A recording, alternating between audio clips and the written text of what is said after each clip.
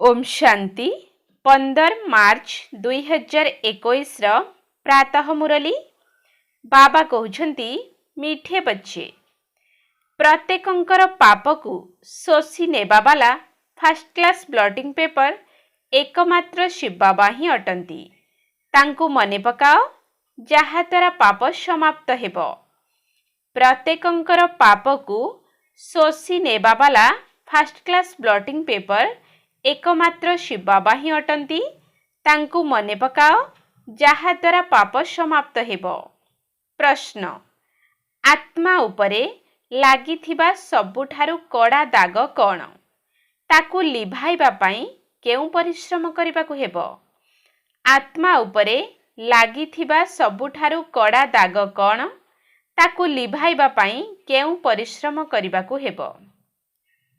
उत्तर आत्मा उपरे देह अभिमानर सबुठारु कड़ा दाग लागी रहिछि, जहा फलरे बारंबार कौनसी ना कौनसी देहधारीर नाम रूपरे फसी जाउछि एवं बाबांकु मने न पकाई देहधारी मानंकु मने पकाई चलीछि। सेथिपाई जणे अन्य जनकर हृदय को दुख देउछि। तेणु एही दाग को लिभाइबा पाई देही अभिमानी हेबार मेहनत कर। गीत मुखड़ा देखले प्राणी। ओम शांति। सबु सेंटर रो मीठा मीठा पिला माने गीत सुनिले एबे निजकु देखिनियो जे केते पुण्य जमा करिछ एवं केते पाप कटिछि। सारा दुनिया सहित साधु संत माने मध्य डाकुछंती जे हे पतित पावन, कारण पतितरु पावन एकमात्र बाबा ही करिथांती। बाकी एबे तो समस्तंक भितरे पाप रहिछि। एकथा तो तुमे माने जानिछ जे आत्मारे ही पाप रहिछि एवं पुण्य मध्य आत्मारे रहिछि। आत्मा ही पावन, आत्मा ही पतित हेउछि। एठारे सबु आत्मा माने पतित, कारण आत्मारे पापर दाग लागिछि। तेणु कुहा जाउछि पापात्मा। तेबे पाप समाप्त हेब किपरि? जदि कौनसी जिनिस उपरे काली बा तेल ढाली होई जाए तेबे ता उपरे ब्लॉटिंग पेपर रखी देइथांती, जे कि से सबुको शोषी नहीं थाए। सेहीपरि वर्तमान तो सबु मनुष्य केवल जनकु ही स्मरण करुछंती, कारण सीए ही ब्लॉटिंग पेपर अटंती, पतित पावन अटंती। सेही जनक व्यतीत अन्य केही ब्लॉटिंग पेपर होई परिबे नाही। सेमाने तो जन्म जन्म गंगा स्नान आदि करी आहुरी पतित होई जाइछंती। पतित मानकु पावन करुथिबा एकमात्र शिव बाबा ही ब्लॉटिंग पेपर अटंती। रूपरे तो छोटरु छोट बिंदु अटंती, किंतु सी समस्तंकर पाप नष्ट करिथांती। केउ उपाय रे?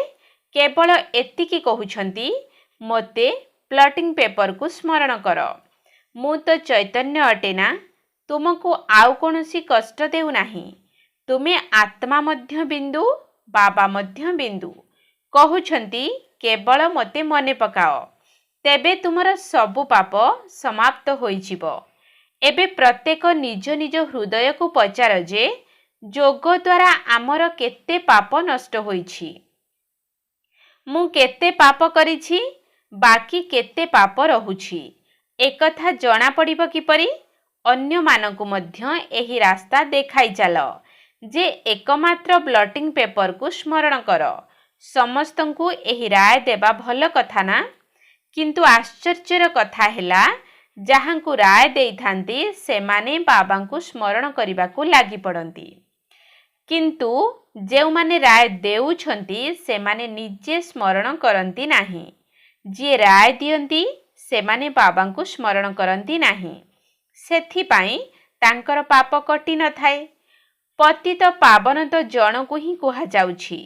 पाप तो अनेक प्रकारर रहिछि। काम विकारर पाप, देह अभिमानर प्रथम नंबर पाप, जहाकी सबुठारु खराब अटे। एबे बाबा कहउछंती देही अभिमानी हुओ। जेते जेते मते मने पकाइब ତୁମ ଭିତରେ ଯେଉଁ ଖାଦ ଚଢ଼ିଛି ତାହା ଭସ୍ମ ହୋଇଯିବ। ତେଣୁ ନିଜେ ଯୋଗଯୁକ୍ତ ହୋଇ ରହିବାକୁ ହେବ ଏବଂ ଅନ୍ୟମାନଙ୍କୁ ମଧ୍ୟ ରାସ୍ତା ବତାଇବାକୁ ହେବ। ଯେତେ ଅନ୍ୟମାନଙ୍କୁ ବୁଝାଇବ ସେତେ ତୁମର ମଧ୍ୟ କଲ୍ୟାଣ ହେବ।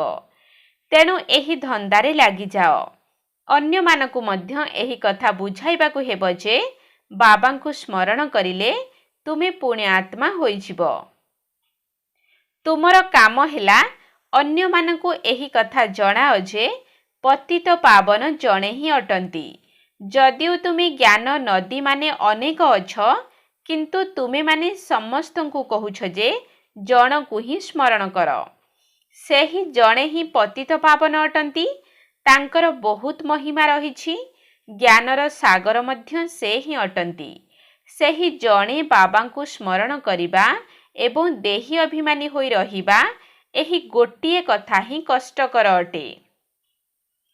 ବାବା କେବଳ ତୁମ ପାଇଁ କହୁନାହାନ୍ତି, ପରନ୍ତୁ ବାବାଙ୍କ ଦୃଷ୍ଟିରେ ତ ସବୁ ସେଣ୍ଟରର ସନ୍ତାନମାନେ ଅଛନ୍ତି। ବାବା ତ ସମସ୍ତଙ୍କୁ ଦେଖୁଛନ୍ତି ନା। ଯେଉଁଠାରେ ଭଲ ଭଲ ସେବାଧାରୀ ପିଲାମାନେ ରହୁଛନ୍ତି ତାହା ଶିବ ବାବାଙ୍କର ବଗିଚା ଅଟେ ନା।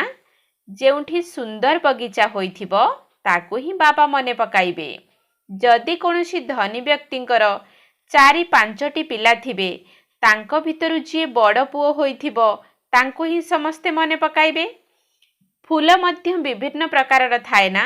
ବାବା ମଧ୍ୟ ନିଜର ବଡ଼ ବଡ଼ ବଗିଚା ଅର୍ଥାତ୍ ବଡ଼ ବଡ଼ ସେଣ୍ଟର ଗୁଡ଼ିକୁ ସ୍ମରଣ କରୁଛନ୍ତି।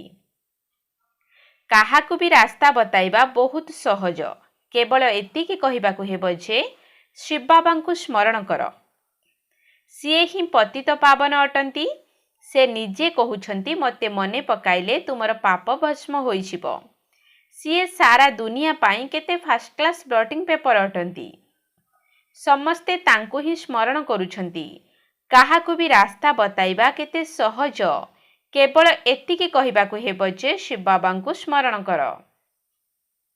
ବାବା ହିଁ ଏହି ଉପାୟ ବତାଇଛନ୍ତି ଯେ ମୋତେ ସ୍ମରଣ କରିବା ଦ୍ୱାରା ତୁମ ଉପରେ ଯେଉଁ ଦେହ ଅଭିମାନର ଦାଗ ଲାଗିଛି ତାହା ଲିଭିଯିବ। ଦେହୀ ଅଭିମାନୀ ହେବାରେ ହିଁ ମେହନତ ରହିଛି। ବାବାଙ୍କୁ କେହି ସତ୍ୟ କଥା ଶୁଣାଉ ନାହାନ୍ତି। କେହି କେହି ଚାର୍ଟ ଲେଖି ମଧ୍ୟ ପଠାଉଛନ୍ତି, ପୁଣି ଠକି ଯାଉଛନ୍ତି। ଏହା ବହୁତ ଉଚ୍ଚ ଲକ୍ଷ୍ୟ ଅଟେ, କିନ୍ତୁ ମାୟା ନିଶାକୁ ଏକଦମ ସମାପ୍ତ କରିଦେଉଛି। ସେଥିପାଇଁ ଚାର୍ଟ ଲେଖିବା ମଧ୍ୟ ଛାଡ଼ି ଦେଉଛନ୍ତି। ଅଧା କଳ୍ପର ଦେହ ଅଭିମାନ ରହିଛି, ଯାହାକି ଛାଡ଼ି ହେଉନାହିଁ। ବାବା କହୁଛନ୍ତି କେବଳ ଏହି ଧନ୍ଦା କରିଚାଲ। ବାବାଙ୍କୁ ସ୍ମରଣ କର ଏବଂ ଅନ୍ୟମାନଙ୍କୁ କରାଅ। ବାସ୍, ଏହା ହେଉଛି ସବୁଠାରୁ ଶ୍ରେଷ୍ଠ କର୍ମ। ଯିଏ ନିଜେ ବାବାଙ୍କୁ ସ୍ମରଣ କରୁନାହାନ୍ତି ସେ ଏହି ଧନ୍ଦା କରିବେ ହିଁ ନାହିଁ। ବାବାଙ୍କର ସ୍ମୃତି ଏହା ହିଁ ଯୋଗ ଅଗ୍ନି ଅଟେ, ଯାହାଦ୍ୱାରା ପାପ ଭସ୍ମ ହେବ। ସେଥିପାଇଁ ବାବା ପଚାରିଥାନ୍ତି କେତେ ପାପ ଭସ୍ମ ହୋଇଛି। ଯେତେ ବାବାଙ୍କୁ ସ୍ମରଣ କରିବ ସେତେ ଖୁସିର ପାରଦ ଚଢ଼ିବ। ସମସ୍ତଙ୍କ ହୃଦୟକୁ ଜାଣିପାରିବ। ଅନ୍ୟମାନଙ୍କ ସ୍ଥିତିକୁ ମଧ୍ୟ ତାଙ୍କ ସେବା ଆଧାରରେ ଜାଣିପାରିବ। ସେମାନେ ଅନ୍ୟମାନଙ୍କୁ ମଧ୍ୟ ରାସ୍ତା ବତାଉଛନ୍ତି। ବାବାଙ୍କୁ ମନେ ପକାଅ, ସେ ହିଁ ପତିତ ପାବନ ଅଟନ୍ତି। ଏହି ଦୁନିଆ ହେଉଛି ପତିତ ତମ ପ୍ରଧାନ ଦୁନିଆ। ଏଠାରେ ସମସ୍ତ ଆତ୍ମା ଏବଂ ଶରୀର ତମ ପ୍ରଧାନ ଅଟେ। ଏବେ ସମସ୍ତଙ୍କୁ ଘରକୁ ଫେରିଯିବାକୁ ହେବ। ସେଠାରେ ସମସ୍ତ ଆତ୍ମାମାନେ ପବିତ୍ର ଥାଆନ୍ତି। ତେଣୁ ସବୁ ଆତ୍ମା ପବିତ୍ର ହେଲେ ଯାଇ ଘରକୁ ଯିବେ। ଅନ୍ୟମାନଙ୍କୁ ମଧ୍ୟ ଏହି ରାସ୍ତା ଦେଖାଇବା ଦରକାର। ବାବା ଉପାୟ ତ ବହୁତ ସହଜ ବତାଉଛନ୍ତି। ଶିବ ବାବାଙ୍କୁ ସ୍ମରଣ କର। ଏହି ବ୍ଲଟିଂ ପେପର ରଖ, ତେବେ ସମସ୍ତ ପାପ ଶୋଷି ହେଇଯିବ। ତୁମର ବିକର୍ମ ବିନାଶ ହୋଇଯିବ। ମୂଳ କଥା ହେଲା ପବିତ୍ର ହେବା। ମନୁଷ୍ୟ ପତିତ ହୋଇଯାଇଛନ୍ତି, ତେଣୁ ଡାକୁଛନ୍ତି ହେ ପତିତ ପାବନ ଆସ। ଏଠାକୁ ଆସି ସମସ୍ତଙ୍କୁ ପବିତ୍ର କରି ସାଥିରେ ଘରକୁ ନେଇଯାଅ। ଏକଥା ମଧ୍ୟ ଲେଖା ହୋଇଛି ଯେ ଭଗବାନ ସମସ୍ତ ଆତ୍ମାମାନଙ୍କୁ ପବିତ୍ର କରି ସାଥିରେ ନେଇଯାଇଥାନ୍ତି। ପୁଣି କେହି ପତିତ ଆତ୍ମା ଏଠାରେ ରହନ୍ତି ନାହିଁ। ଏକଥା ମଧ୍ୟ ବୁଝାଉଛନ୍ତି ଯେ प्रथमे प्रथमे स्वर्गवासी ही एठाकु आसिबे। बाबा जो औषध देउछंती एहा समस्तଙ୍କ ପାଇଁ उद्दिष्ट। ଯିଏ ବି ତୁମମାନଙ୍କ ସହିତ ମିଶୁଛନ୍ତି ସମସ୍ତଙ୍କୁ ଏହି ଔଷଧ ଦେବା ଉଚିତ। ତୁମେମାନେ ପିତାଙ୍କ ପାଖକୁ ଯିବାକୁ ଚାହୁଁଛ, କିନ୍ତୁ ତୁମର ଆତ୍ମା ପତିତ ଅଛି, ସେଥିପାଇଁ ଯାଇପାରିବ ନାହିଁ। ପ୍ରଥମେ ପବିତ୍ର ହେବାକୁ ପଡ଼ିବ, ତେବେ ଯାଇ ବାବାଙ୍କ ପାଖକୁ ଯାଇପାରିବ। ବାବା କହୁଛନ୍ତି, ହେ ଆତ୍ମାମାନେ ମୋତେ ମନେ ପକାଅ, ତେବେ ମୁଁ ସାଥିରେ ନେଇଯିବି। ପୁଣି ସେଠାରୁ ତୁମକୁ ସୁଖର ଦୁନିଆକୁ ନେଇଯିବି। ପୁଣି ଯେତେବେଳେ ଦୁନିଆ ପୁରୁଣା ହୋଇଯାଏ ସେତେବେଳେ ତୁମେ ଦୁଃଖୀ ହୋଇଥାଅ। ମୁଁ କାହାକୁ ଦୁଃଖ ଦେଇନଥାଏ। ନିଜେ ନିଜକୁ ଦେଖ, ମୁଁ ବାବାଙ୍କୁ ସ୍ମରଣ କରୁଛି। ଯେତେ ସ୍ମରଣ କରିବ ସେତେ ଖୁସିର ପାରଦ ଚଢ଼ିବ। ଏହା କେତେ ସହଜ ଔଷଧ। ଅନ୍ୟ କୌଣସି ସାଧୁସନ୍ଥ ଆଦି ଏହି ଔଷଧକୁ ଜାଣିନାହାନ୍ତି, କିମ୍ବା ଏକଥା କେଉଁଠାରେ ବି ଲେଖାଯାଇ ନାହିଁ। ଏହା ବିଲକୁଲ ନୂଆ କଥା। ପାପର ଖାତା କୌଣସି ଶରୀରରେ ଲାଗିନଥାଏ। ଆତ୍ମା ବହୁତ ସୂକ୍ଷ୍ମ ବିନ୍ଦୁ ସଦୃଶ ଅଟେ, ଯେଉଁଥିରେ 84 ଜନ୍ମର ସାରା ପାର୍ଟ ଭରି ହୋଇ ରହିଛି। ଆତ୍ମା ପତିତ ହେଲେ ଜୀବ ଅର୍ଥାତ୍ ଶରୀର ଉପରେ ମଧ୍ୟ ତାର ପ୍ରଭାବ ପଡ଼ିଥାଏ। ଆତ୍ମା ପବିତ୍ର ହୋଇଗଲେ ପୁଣି ଶରୀର ମଧ୍ୟ ପବିତ୍ର ମିଳିଥାଏ। ଦୁଃଖୀ ଅଥବା ସୁଖୀ ଆତ୍ମା ହିଁ ହୋଇଥାଏ। ଶରୀରକୁ ଚୋଟ ଲାଗିଲେ ଆତ୍ମାକୁ ଦୁଃଖ ଅନୁଭବ ହୋଇଥାଏ। ଏଭଳି ମଧ୍ୟ କୁହାଯାଏ ଯେ ଇଏ ଦୁଃଖୀ ଆତ୍ମା, ଇଏ ସୁଖୀ ଆତ୍ମା। ଏତେ ଛୋଟ ଆତ୍ମା କେତେ ପାଠ କରୁଛି, ଏହା କେତେ ଆଶ୍ଚର୍ଯ୍ୟର କଥା ନା। ବାବା ହେଲେ ସୁଖଦାତା, ସେଥିପାଇଁ ତାଙ୍କୁ ସମସ୍ତେ ମନେ ପକାଉଛନ୍ତି। ଦୁଃଖଦାତା ତ ରାବଣ ଅଟେ। ସବୁଠାରୁ ପ୍ରଥମେ ଆସେ ଦେହ ଅଭିମାନ। ଏବେ ବାବା ବୁଝାଉଛନ୍ତି ତୁମକୁ ଆତ୍ମ ଅଭିମାନୀ ହେବାକୁ ପଡ଼ିବ। ଏଥିରେ ବହୁତ ମେହନତ କରିବାକୁ ହେବ। ବାବା ଜାଣିଛନ୍ତି ସଚ୍ଚା ହୃଦୟରେ ଯେଉଁଭଳି ବାବାଙ୍କୁ ସ୍ମରଣ କରିବା ଦରକାର, ସେହିଭଳି ବଡ଼ ମୁସ୍କିଲରେ କେହି କେହି ସ୍ମରଣ କରୁଥିବେ। ଏଠାରେ ଅର୍ଥାତ୍ ମଧୁବନରେ ରହି ମଧ୍ୟ ବହୁତ ଅଛନ୍ତି ଯେଉଁମାନେ ଭୁଲି ଯାଉଛନ୍ତି। ଯଦି ଦେହୀ ଅଭିମାନୀ ହୋଇଯାଆନ୍ତେ ତେବେ କୌଣସି ପାପକର୍ମ କରନ୍ତେ ନାହିଁ। ବାବାଙ୍କର ଆଜ୍ଞା ହେଲା, ଖରାପ କଥା ଶୁଣ ନାହିଁ। ଏହି କଥା ସବୁ ମାଙ୍କଡ଼ ପାଇଁ ନୁହେଁ, ଏହା ତ ମନୁଷ୍ୟ ପାଇଁ ଅଟେ।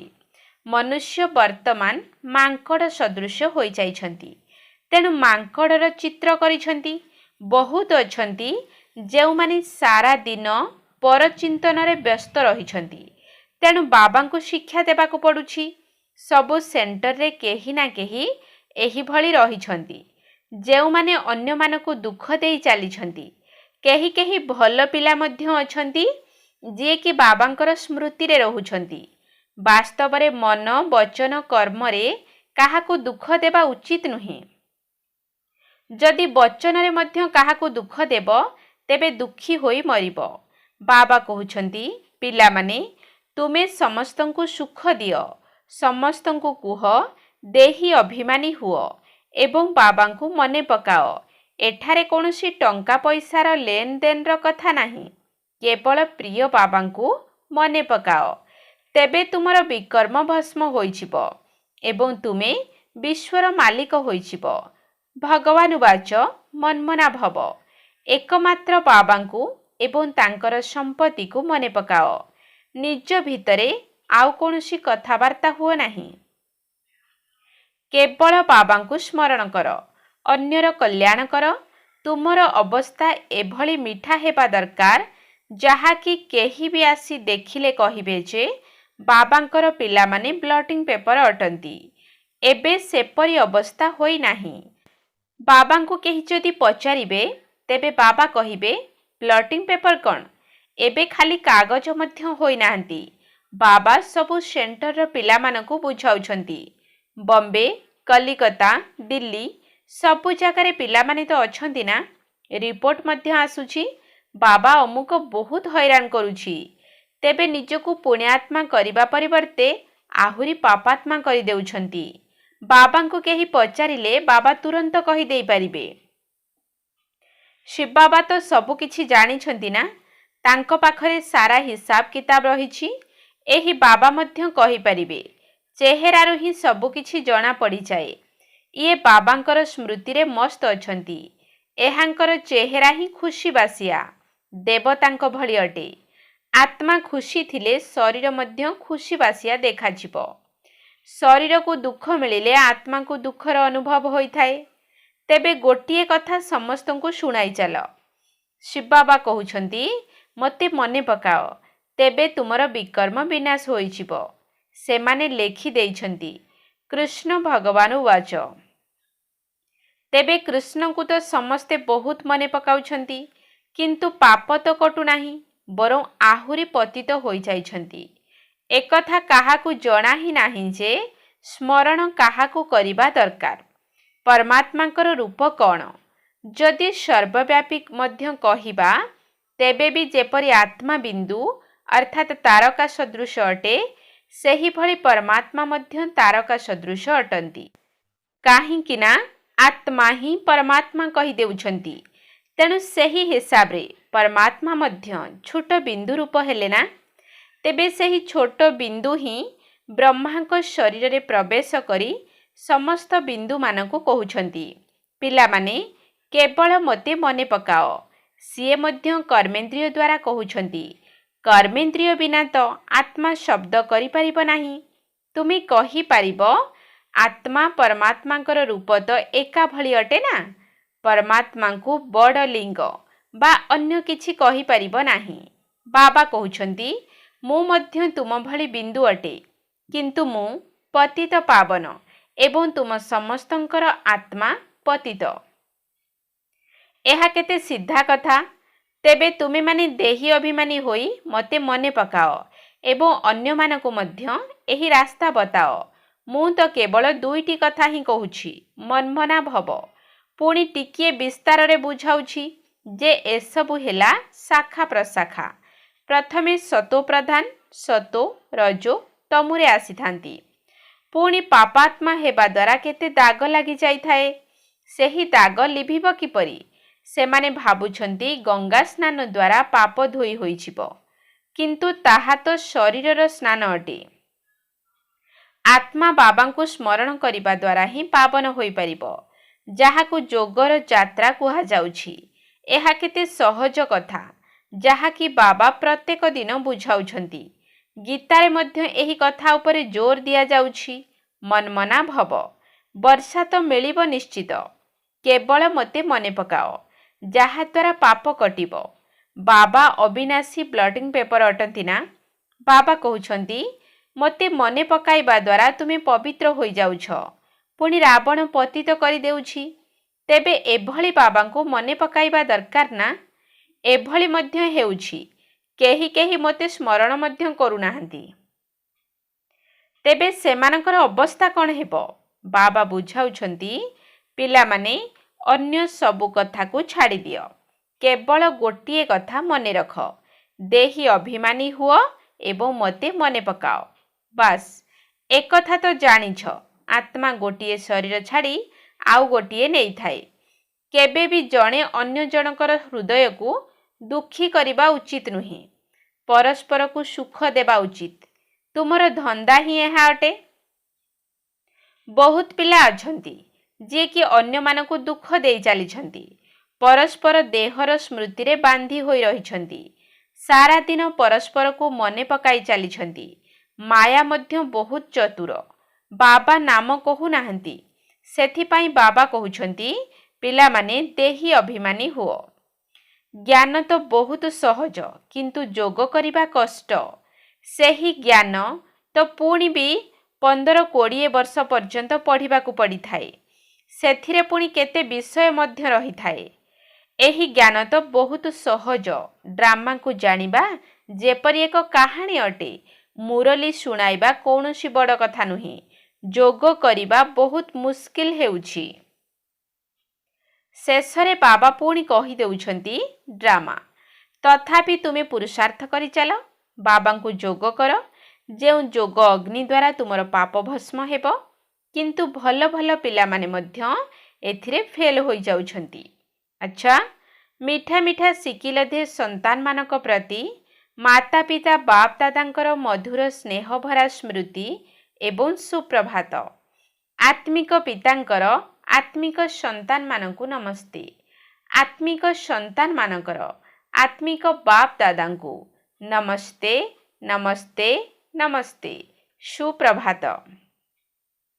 धारणा पाई मुख्य सार 1 नंबर पॉइंट केबे भी काहार हृदय को दुखी करिबार नाही।